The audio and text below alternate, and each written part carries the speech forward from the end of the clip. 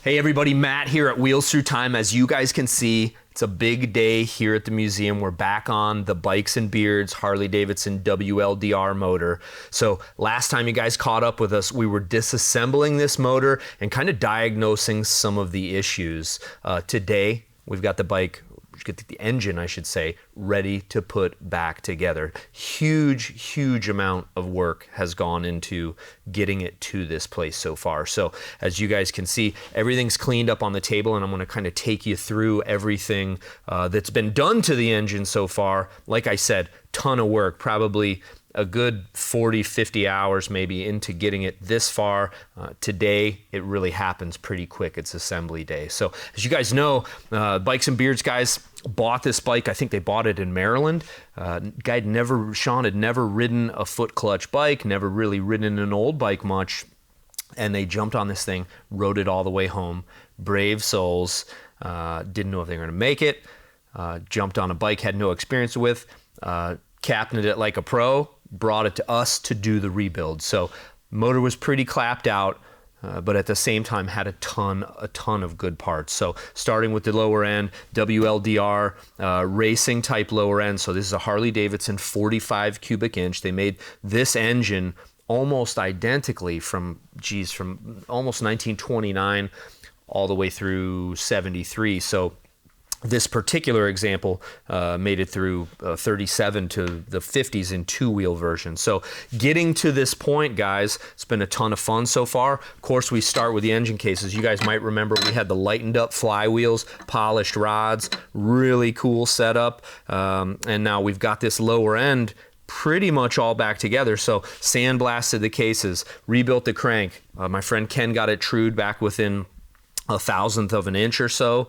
Light flywheels, quick revs, polished rods, strength, and they also hold a little bit of oil. So really cool deal. As you guys can see, these are cleaned up as nice as it gets. Now, to get to here requires an immense more than just cleaning. You've got left side sprocket shaft bearing, right side pinion shaft bearing. We've replaced oil screens. All the bushings were in great shape, which pretty standard on a 45. It's really rare that these bushings, at least with a good motor that was together and running, got to come back apart and have it rebushed. So we like to use the original stuff if we can. Getting the crank rebuilt. Like I said, within 1,000th of an inch, that's one of the things that keeps these motors from vibrating. So balance to our new pistons, set up the end play already. So as you guys can see, what we got, just a little bit of float. Per the manual, I think it says 12 thousandths of an inch, 14 maybe. I like to run them a little bit looser than that. I think we're at 18 thousandths of an inch. So loose is fast. We always like to say you can break it in when you build it as much as you do when you ride it. For us guys that don't have 1,000, 2,000 miles to shake down a bike, you can break it in when you build it. So rotating assembly is complete, and as you can see, it's as slick as it gets. Falls right back to the heavy spot, just like we like it. Little bit of float on the rods, just a little bit of shake. Female rod in back, male rod in front. So oil pump's already been done on this engine, or I should say the scavenge pump. Now on the Harley flatheads, there's two oil pumps. This is your feed pump here, bolts right to the side of the engine, pulls oil down from the oil tank. Scavenge pump collects it in the sip cavity, so crankcase pressure is exchanged. Flywheel scraper inside of the crankshaft area brings it back into the sump here. It also drains out of the cam chest area through the screen, shoots it back via the scavenge pump back to the oil tank. So the WL 1937, the W series, now this is a WLDR, is actually the first circulating oil Harley-Davidson flathead engine. So very neat stuff. Looking at the rest of what we've got here on the table, like I said, ton of work to get to this point. We've cleaned up every gear, beautiful cams, the big intake lobes. You guys might remember it's one of the things that makes the WLDR as potent as it is. We've got our shims already set, so we know now when you put one of these together, guys, tolerances down to a couple thousandth of an inch in a lot of cases. You want to make sure everything is, you know, as per factory, maybe just a little bit looser. So I think we've got 6,000, 7,000 float on the cams back and forth. Had to shim that when we took the engine apart. Needed a lot of work. Anyway, so tappet blocks have been rebuilt. Use the original tappets, the original tappet rollers. The bushings were perfect. Cam cover has been redone. We've got the vent all refinished. Inside as slick as it gets. Same original bushings. They were all in great shape. We've replaced the flutter valve there, which allows the engine to exchange crankcase pressure, kind of a one-way valve. Oil pump rebuilt. That's a 39 first-year oil pump for the bypass system. Rebuilt, ready to go, all original parts. Timer rebuilt. Early timer, sent it out, had that recad plated. Oil pumps, silver. Tappet blocks painted silver. So generator, of course, rebuilt by my pal Dale Cashman. Dale is the best. So over here you've kind of got your electrical components. Here you've got your cam train components. So electrical components, 32E generator. This is a new relay made by V-Twin Company, solid state. Good setup. Now they had the original relay. I don't know if it was working or not. It's a nice part, but when you rebuild an engine, you want to put one of these on for trouble-free service. So top end, guys, remember the big fin cylinders. Now what I've done is I've actually assembled one of these already. So this is how it will bolt on to the engine. So intake and exhaust valves, we've done a 3-angle valve job, both sides. Remember, there was that big crack in the cylinder there that my pal Ken welded. You can just barely see the difference in metal there. The cast iron can sometimes be tricky to weld. Ken is an ace. So the big fin racing cylinders, big intake port, ported, super nice inside, really, really slick. And then what we've got is fresh nickel plating on all of the lifters. We've still got to assemble the front cylinder. I was going to take you guys through that and just kind of show you some of the components as we're doing it. Get this one done and get it knocked out. So 60 over pistons, not bad on a Harley 45. You can bore these things up to like 120, 130 over. So plenty of life left on the cylinder walls there. These pistons will last them a long, long time.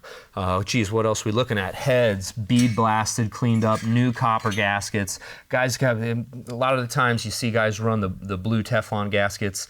I love using the copper stuff. Just as it would have been original. These we have to anneal them first, but original copper gaskets. The heads turned out beautiful. Original nickel plating, no broken fins on this one. You got maybe one chipped fin on the other one. Real nice underneath. Good shape, gasket surface looks excellent. So CAD plated head bolts. Now, one of the reasons, or the reason that the head was cracked, that head bolt was a little bit long. So what we've got to do here with the new CAD plated head bolts is we've actually got to shorten each one of those. So shorten them probably by 1/8 of an inch is all you need. You want to make sure you still got a ton of threads. But one of those things we don't want to forget to do as this goes together. So carburetor, Linkert M51. This is the same carburetor that came off of this engine. Looks absolutely amazing. Throw it in the ultrasonic cleaner. I disassemble it first, throw it in the ultrasonic cleaner. And Linkert carburetors are really pretty easy, guys. A low-speed jet here, high-speed jet here. You got a couple plugs, throttle plate, venturi, main nozzle. Not a lot to it. So most all of these parts are the parts that it came in with. There's a couple new screws. The high-speed jet was a little bit bent, so I actually have a new high-speed needle there from my pals in Wyoming. Linkert float bowl, rubber ducky float, new needle and seat. So the needle and seat's excellent on this. It actually had a replaced needle and seat, and it was junk. So this is a good solid setup. You ought to have suction on the needle and seat. Gotta have it or your carburetor's gonna leak. So and then the fuel filter here, fresh CAD plating, just the same as the distributor. So when we did this, guys, there's a significant amount of stuff that we do have to replace, and I was actually fortunate to use some of the stuff new old stock. So some of the things I used, I had a whole set of new old stock bearings for the crank. It worked out fantastic. Also used a set of new old stock bearings on the sprocket shaft and the pinion shaft.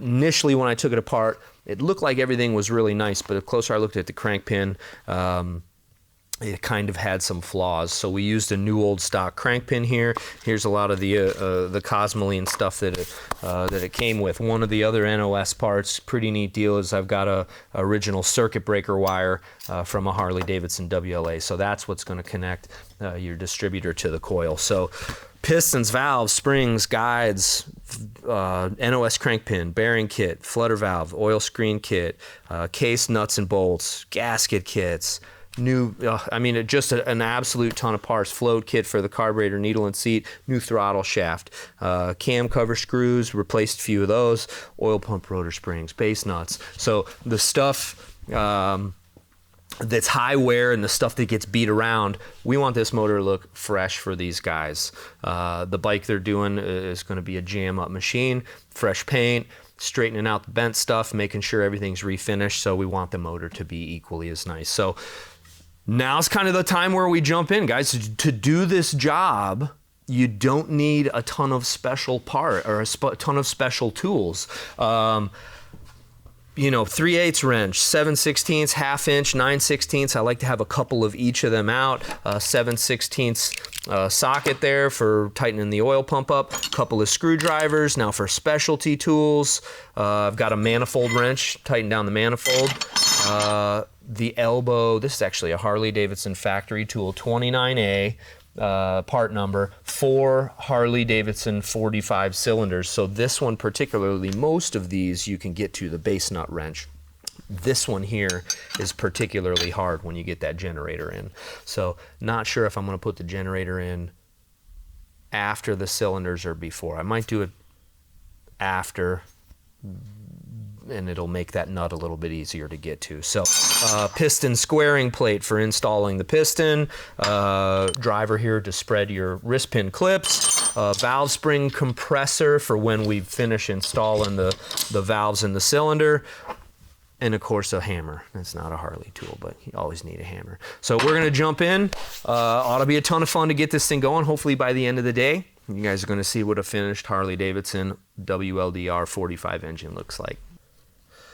So the Harley-Davidson 45, it's a 4-cam motorcycle. So very much like a Sportster. Sportsters are 4 cams. This was actually kind of the foundation of the Sportster. And cam number 1, 2, 3, 4, you've got exhaust, intake, exhaust. We've got all this stuff super cleaned up. First thing we're going to do, I've got the pinion seal on there. Make sure we got some good lubrication. I love to use this oil treatment stuff as assembly lube because it's so sticky. So timing the oil pump, incredibly crucial. What we want to do is, if you guys notice, there's a little hole as we spin this. There's that hole. When we slide this on, when the motor's at, when the timing mark is up in the timing hole, over on the other side here, when the timing mark is up, which is right about there, we want to be bringing that hole right into view. It's one of the most crucial parts of starting to assemble this. Of course, lining up all the timing marks is crucial, but at the same time, you want to make sure, now which way is that going to spin? I always forget. So that's spinning counterclockwise. You want to preload it maybe 15, 20 degrees, up too far. Looks like I want to preload it about 45 degrees maybe. Bingo, that's pretty good right there. It's in the hole. Pinion gear. Okay, as you guys can see, there's timing marks on the cams. We're going to go number 2 next. And make sure we've got pinion gear, timing mark, both the cams, 1, 2, and number 2 and 3 cam are always a little tricky. So let's see. Okay, cams are in. Circuit breaker gear, or the idler gear I should say, doesn't need to be timed because all it's doing is spinning a generator. So there we are. Make sure we don't forget the clip. All right, so a little bit extra lube on the cam cover. We're moving right along. This really starts to happen quick from this point, guys.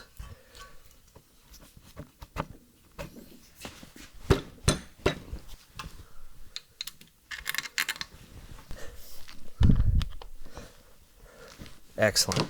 All right, cam cover screws are tight. You always want to make sure every hole is tapped out,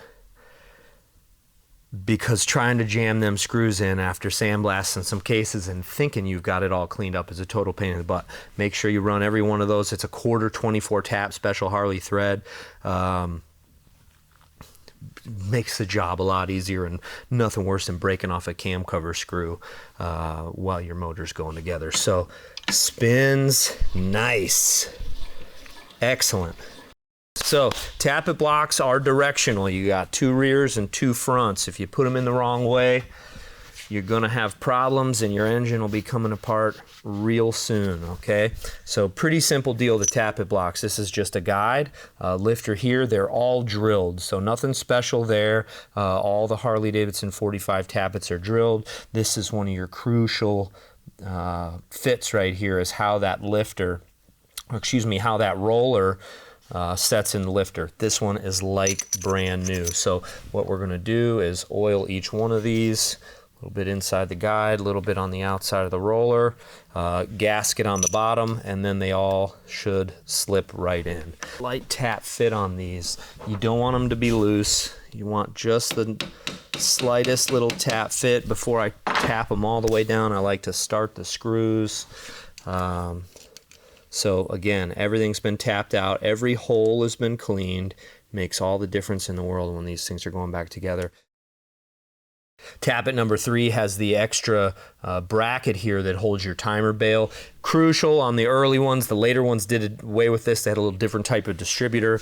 But one of those things that a lot of guys, when you're jamming a motor together, especially when you get in a hurry, I know I've done it myself, you forget to put this in. The tappet's got to come back out. One of the things that holds you up. So we had all that kind of pre-assembled beforehand here. These tappets just fit absolutely perfect. Amazing.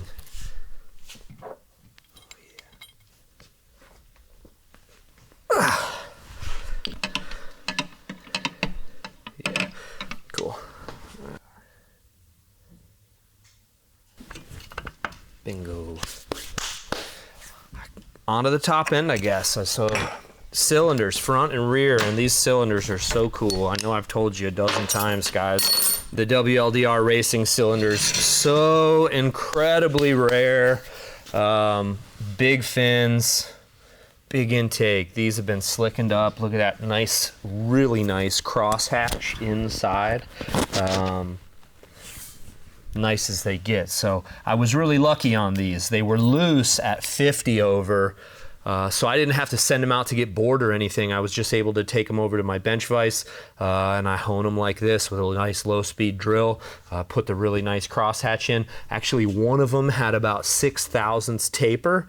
I think it was probably from that broken ring. So getting the taper out with the hone is always a little bit tricky. But it came out real nice. I got the cylinders within about a 0.5 top to bottom. So 4.5 or right at 0.4 clearance on the pistons. So what you've got here is just right. You look at side to side there on the, but your front and back on the piston is just beautiful. So about 4.5. So we're gonna get this stuff jammed together. Hang with us. So before we go fitting the pistons to the connecting rods, we've got to check ring gap. Now, cast piston here, it's a 3-ring piston. We've got 2 compression rings and 1 oil control ring. So here's the 3 rings. You can actually see the 2 compression rings and how they differ from the oil control ring. That's a 1-piece oil control ring. Pretty nifty setup. What we're gonna do here is check the ring end gap here, and what we're looking for is 0.15 of an inch. So you see the gap in the ring right here. We're looking for 0.15 of an inch. I've got 5 there. Let's see exactly what it is. Pretty simple scenario. All you really need to do is break out the file and open it up just a little bit. We got 0.10. Let's see where we're at. I would have figured it was tighter than that. Looking at, let's see if 15, it sure don't look like 15, does it? Oh, no go 15. So we're gonna pull this one out. Looks like we'll probably have to do it with each one. Real simple. Just get the file out, and what you wanna do is open that gap up just a little bit. And there's our 15. Beautiful. Okay, one down, 2 to go.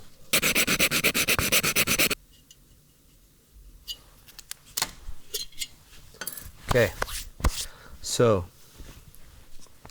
on goes the piston. Pistons on the 45s are non-directional. Doesn't matter, there's no front or rear. Let's actually lube that wrist pin up a little bit, wrist pin bushing up a little bit. A little bit of oil on top.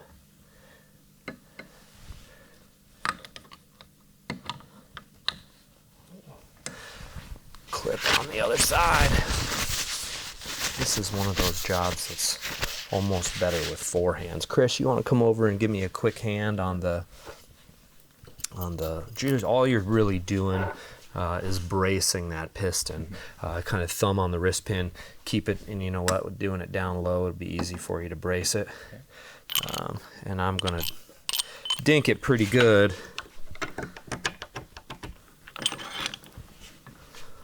Yep, you got that wrist pin? Mm-hmm. Holding it pretty well. Mm-hmm. 1, 2. Heard it. Hear it fall? Yep. Excellent. Good stuff. Again, wrist pin fit in the bushing, 1/1000 of an inch. You really just want to be able to drop it and slide it right through. Okay, so on go the rings. First ring, oil control ring. Now, when we install the rings, we like to stagger them. So there is no top and bottom. Rings are symmetrical, and the first and the second compression ring are both the same ring. So get this one cleaned up a little bit.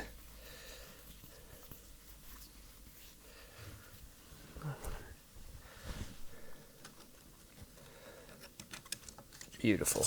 Okay. So ready to put the cylinder on. One of the things I always like to do, now the cylinder walls have been cleaned, re-cleaned again. You don't want no dirt inside of the engine. They've been cleaned, re-cleaned again. One of the things I always like to do is take a WD can and give it a good bath. Make sure there's no dirt coming off the cylinder walls. Now these have been sitting here for a couple days while we've been preparing to shoot the video, so you never know what sort of dust floats around the room. Clean as a whistle. Stagger the rings. I like the oil control ring with the gap to the back.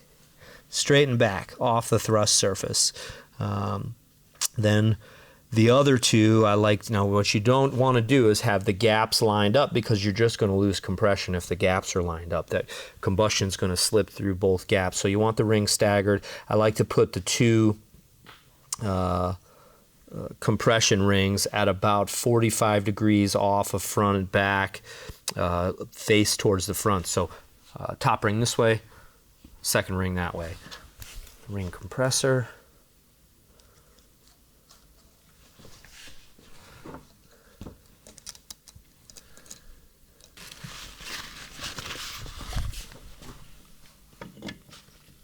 Slip, squaring plate out.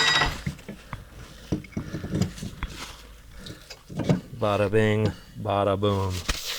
On the fitting, the second ring gap. Oh, first, what I want to do is bring you guys through building that second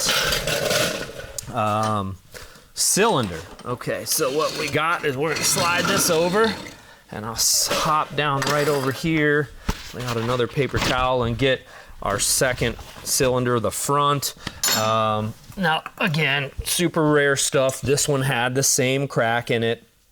It's been completely reconditioned. 3-angle valve job. Everything's lapped in. Beautiful crosshatch in the bore there. That was a lot of fun to do. So what we're going to do before we fit the ring gap is we're going to install the intake and exhaust valve. Really pretty simple. Sit down to do it, it's always a little bit easier. Got our lubricant here, valve spring compressor, genuine Harley-Davidson tool. So the way it works, guys, is really pretty easy. we'll move this out of the way, take this apart so you can see it. You've got a valve, you've got your valve spring covers, you got your springs, you got your collars, and then 2 split keepers right there. So there's 2 sets for each valve. I've already got the gasket right there on the lower part of the guide. These guides have been reamed right to about 4.5 thousandths of an inch. So you don't want them too tight. You end up sticking a valve, you got a ton of work to do when it all comes back apart. So let's see here. Now I've went ahead and marked these valves: front intake, oh, that's a good fit, collar, or exhaust spring covers, spring, collar, and keepers. So make sure that the angle side is down. There you are. 1 keeper, 2 keepers. Draw them back in. There we go. All right, seat the valve a little bit. On to the next.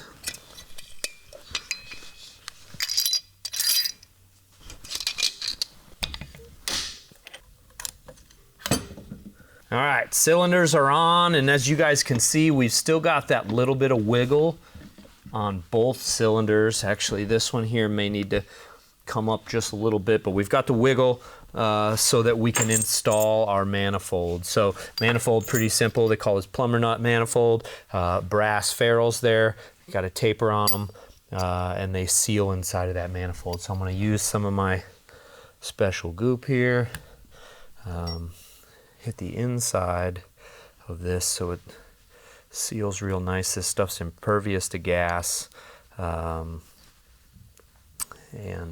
impervious to heat.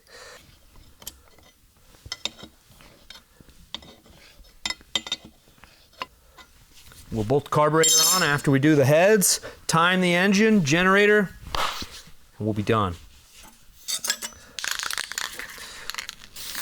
So we've got the head gaskets annealed, we've got the head bolts shortened. We're just putting a little bit of silver paint on the gaskets here, kind of acts like a sealer, and first head is about to go on right now. So let's start with this front head.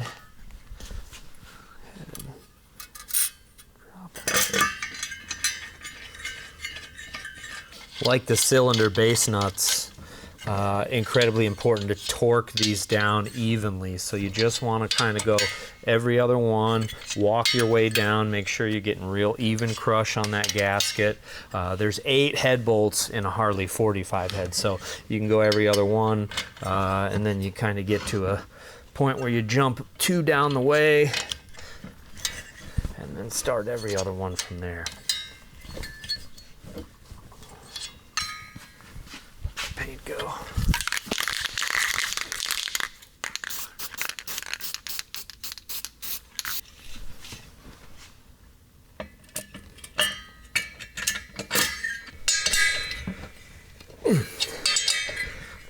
Ah, excellent. Wow. Amazing. The look. Fantastic. So, next step, what we're going to do, we could time it right now, but what I like to do, go ahead and bolt the, or set the lifter adjustment. That way I'm not working around a distributor here. So, 2 7/16 wrenches, a feeler gauge, a stool. Now, intake, 4 thousandths of an inch. It's all the up and down. You can see the lifters right here, and this is what I mean when I'm talking intake clearance. This is your bottom of your valve spring. Valves open up on a flathead. Lifter right here is actually the roller lifter in the tappet block there. That's actuated by the cam, so as the cam spins over, it lifts the lifter, lifts the valve. Simple engines. So as this moves up and down right here, you know, when I took this engine apart, we brought all the adjusters all the way down. Everything comes apart easier that way. Right here, you know, it's probably on the exhaust, there's an 1/8 of an inch right there. So 6 to 8 on the exhaust, 4, 5, maybe 6 on the intake. So we're gonna go ahead and make sure that the valves are down, or make sure the lifters are all the way down first. That's one of the things. You got to spin the engine over. Grab a wrench. Actually, we can probably spin it just like it is. Okay, intake was going up, so we'll exhaust. 6 and 8. Not much. Now, too tight, it's hard to start. Too loose, the engine's noisy and you're wearing parts out. On top of that, you're not getting full lift out of your valve. Beautiful. We're gonna lock it in right there, I think. Keep it at 6, okay. I like to do them both and then rotate the engine once and make sure the next time around it's the same as it was. There it is, 4/1000th of an inch, 6,000. Okay, make sure they're all locked down. Okay, next.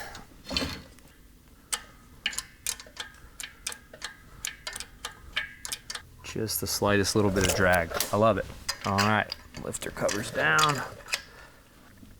All right, good stuff. The pile of parts is getting smaller, guys. Okay, next, we'll go ahead and do that generator, because what we've got here is 32E 3-brush generator. Rare generators anymore. Tough to find stuff. Special gear with a flathead. There's for the flatheads, that's an oil slinger. Helps lubricate this gear. This generator is absolutely singing when this motor's running. It's the smallest gear in the whole engine. I can just imagine how fast that sucker's turning when you're running up, 4,000, 4,500 RPMs. Racing versions of these flatheads run up to 7,000, 7,500, which is way high, but you guys know the fastest guys are the ones that keep them wrung out. Yeah, so we ought to be... Now what I've already done here, almost forgot the gasket. I've checked the generator gear play, the gear lash on the idler gear here with the generator gear. You want to make sure that when you tighten this down, there's no interference there. I tried it with a metal shim. It was too thick. Tried it, it was too much gear lash. Tried it with a paper shim, and it was really just right. So paper shim, and we should be set. That sucker slid in.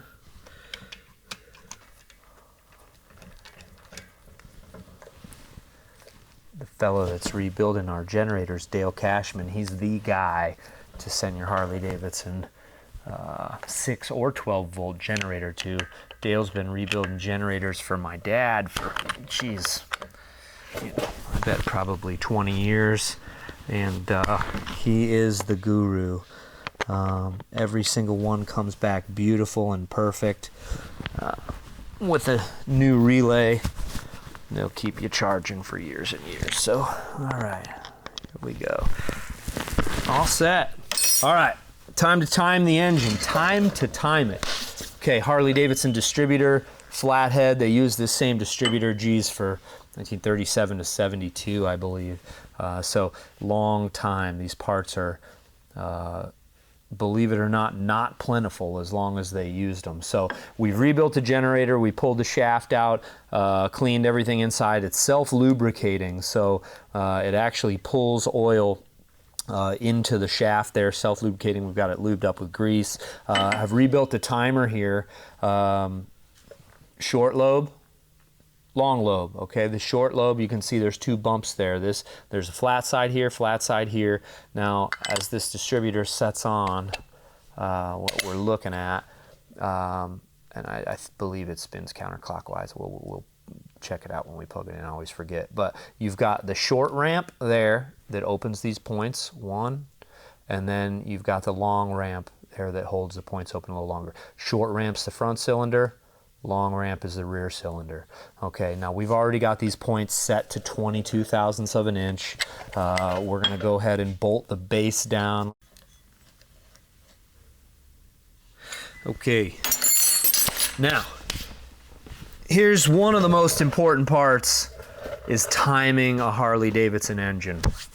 Okay, so incredibly crucial. When I say timing an engine, we've got valve timing and we've got ignition timing. So timing an engine, the valve timing, all that's been done. That's inside the cam cover. None of that changes. The ignition timing, which is when the spark fires in relation to the pistons going up and down, incredibly crucial. So flathead Harley-Davidson 45s, very easy to time. So we're going to bring the lifter cover back up, and what that's going to allow us to do is make sure we're on the right stroke. So what we're looking for is when this intake, spin the engine in the direction that it spins, okay? We're looking for that intake valve to come up. Intake valve coming up means we're on the induction stroke. Coming down, so as that's coming up, the piston's coming down, drawing air-fuel mixture into the engine. Now as that intake valve closes, we turn over onto the compression stroke. So piston's coming back up, both valves are closed, we're building compression. When that piston gets near the top, not at the top, is when that spark fires. So we've got our small lobe coming up right here, small lobe, big one on the other side. So now as that intake valve closes, we should be coming up on the timing mark inside of the hole here. Where are we at? There it is. Okay, it's coming. See, there it is. We're running on modern gas now, so I'd like to put it somewhere in between. And now it's time to time the engine. Okay. We got our notch right where we want it to be, distributor here. One of the last components to the puzzle, one of the very few, or I say one of the several new old stock Harley-Davidson parts we used, or we're going to use, is this circuit breaker wire. So official NOS, or official stock for the US government only. It's got the part number on there, Harley-Davidson motorcycle. These were for Harley-Davidson WLAs. Distributor to the coil wire. So as we're getting close here, Sean, Craig, if you guys are watching the video, this motor's coming together just perfectly. I want you to know when you get this bike done, I'm challenging you to a race, so you have to bring the bike back down here. We're going to take that red and black 39 WLDR. We're getting ready to do a test ride on. You guys saw us fire it up in one of the previous videos. We're going to have that thing gassed up and ready to go, so when you guys get your motorcycle done, the bet's on. We're racing. Okay guys, so what we have here, remember I was telling you about the clip under your tappet block. Timing on Harley-Davidsons of this era was manual timing. So you've got advance and retard, advance and retard. You time an engine on full advance. Okay, so we've got the, like I said, we've got the timing hole up in, or the timing mark up in the hole on the left case. And now what we want to do is spin the distributor. I've still got the bail a little bit loose. Spin this distributor right until you see those points begin to break off of this lobe here. So here we go.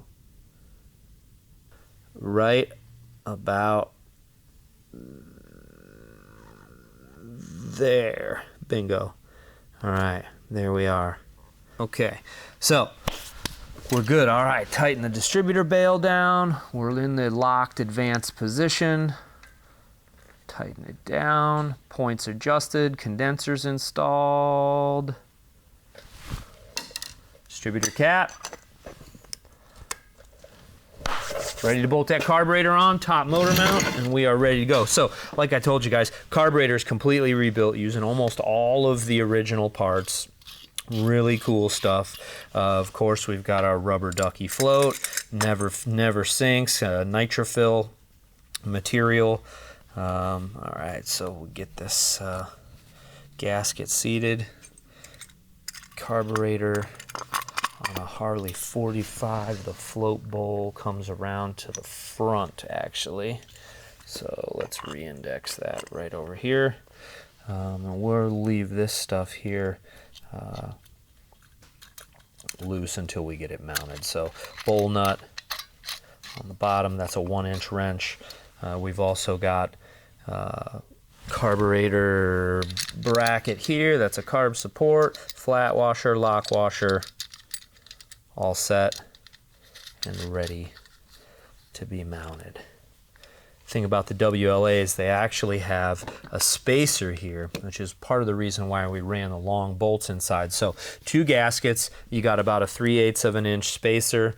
We're going to run this through, and carburetor's mounted, top motor mount, and this motor is donezo and ready to bolt into a bike. And that's that, guys. A Harley-Davidson WLDR racing engine, rebuilt right here at Wheels Through Time, ready to go for the guys at Bikes and Beers. This motor ought to give years of good service as long as you treat it right. M51 carburetor, high compression heads, big fin cylinders, hot cams, light flywheels, trick motor, and these guys didn't even know what they were getting. They just lucked up into a really cool piece of Harley-Davidson racing history. So, guys, thanks a ton for tuning in. We got tons more motors to build like this. Make sure you guys subscribe if you like what you're seeing. Visit the museum right here in Maggie Valley. Things are changing all the time. 375 of the world's rarest motorcycles right here inside. And of course, as you know, everything runs. We'll see you next time.